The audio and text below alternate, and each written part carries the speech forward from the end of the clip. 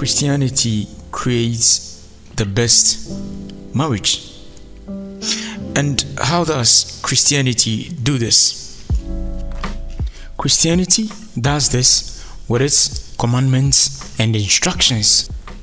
And so, what are some of these commandments and instructions? And here they are.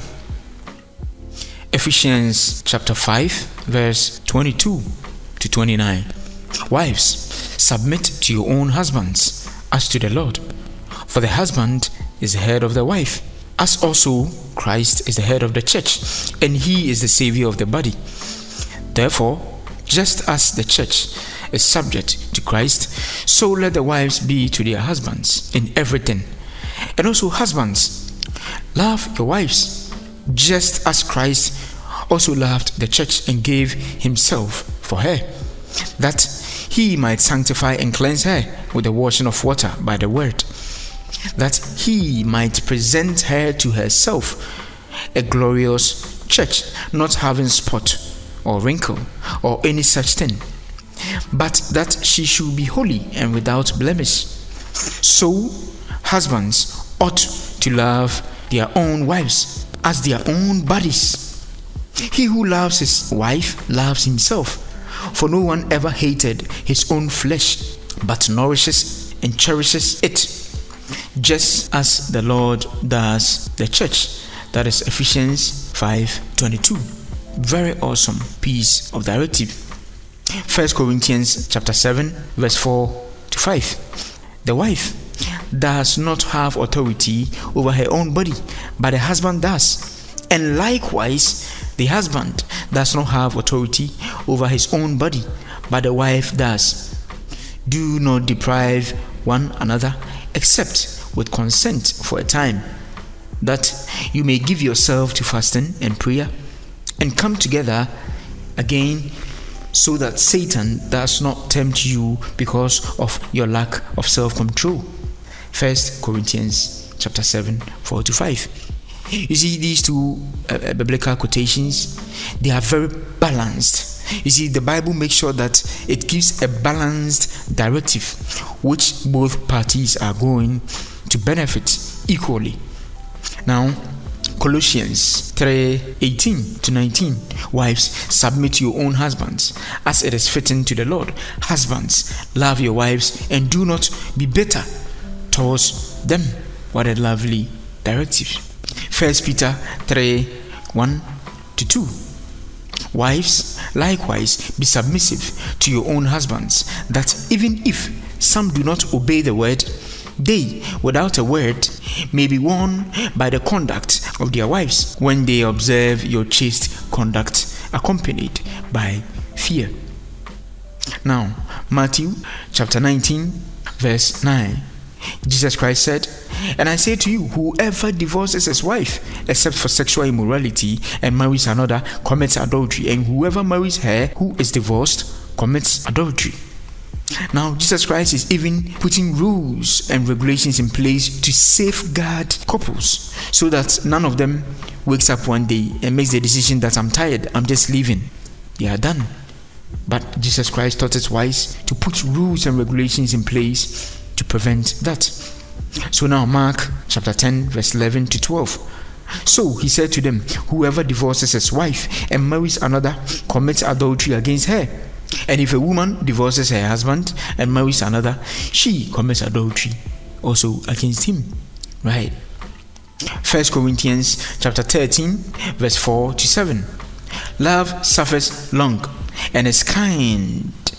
Love does not envy. Love does not parade itself, and is not puffed up, does not behave rudely, does not seek its own, is not provoked, thinks no evil, does not rejoice in iniquity, but rejoices in the truth, bears all things, believes all things, hopes all things, and endures all things. You see, so this is a very remarkable piece of instruction in Christianity that when married couples abide by in their marriage is going to lead to a very lovely marriage. Now, 1 Corinthians chapter 7, verse 10. Now to the married I command, yet not I, but the Lord. A wife is not to depart from her husband, but even if she does depart, let her remain unmarried or be reconciled to her husband. And a husband is not supposed to do the same, that is, divorce his wife. You see, these are commandments directly from Jesus Christ, which the Apostle Paul is rehashing and confirming that is supposed to be our guiding principle in marriage, just to mitigate rampant divorces. Very awesome. Now, Hebrews chapter 13, verse 4, it says, marriage is honorable amongst all things, and the bed undefiled, but fornicators and adulterers God will judge. So here we have Paul vouching for the honor of marriage in a world where marriage has no credibility. Right now, Colossians chapter 3, verse 12 to 15. Therefore, as the elect of God, holy and beloved, put on tender mercies, kindness, humility, meekness, long-suffering, bearing with one another, and forgiving one another, if anyone has a complaint against another. Even as Christ forgave you, so you also must do, that is, forgive. But above all these things, put on love, which is the bond of perfection, and let the peace of God rule in your hearts, to which also you were called in one body, and be thankful. So guys, imagine married couples living by this principle of Christianity.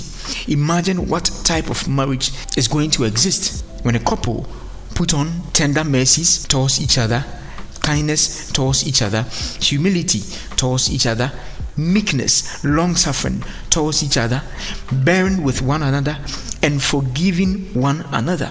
You see, this is a very remarkable piece of directive which will make any marriage the best marriage. Now, Ephesians chapter 4, verse 1 to 3. I, therefore, the prisoner of the Lord, beseech you to walk worthy of the calling which you were called, with all lowliness and gentleness, with long suffering, bearing with one another in love, endeavoring to keep the unity of the Spirit in the bond of peace. And now, 1 Peter chapter 3, verse 7. Husbands, in the same way, be considerate as you live with your wives, and treat them with respect as the weaker partner, and as heirs with you of the gracious gift of life, so that nothing will hinder your prayers. You see, so guys, I couldn't take my time to break down all the above instructions, but these are just a few of the dozens upon dozens of biblical instructions that govern the Christian behavior. And any Christian who practices these principles genuinely will not only be a good husband or wife, but an all-round good person to have as a friend, a brother, a sister, a parent, a neighbor, a co-tenant, or even a roommate. A good person to have in your life. And so Christianity creates the best marriages, because Christianity creates the best humans. Now, somebody might say, what about other religions? Don't they also create good marriages? Okay, well, I don't want to start sounding controversial now. I'm new. But I can tell you this. If there is any other religion in the world which is not biased towards any of the couple, but distribute the power and responsibility equally between the husband and the wife, well, I might recommend that religion. But unfortunately, I haven't come across any of such. So I don't recommend applying the marital laws of any other religion but Christianity, because Christianity creates the best marriages, and that is the fact. Thank you for listening. My name is Seth The Teacher. See you next time. Bye.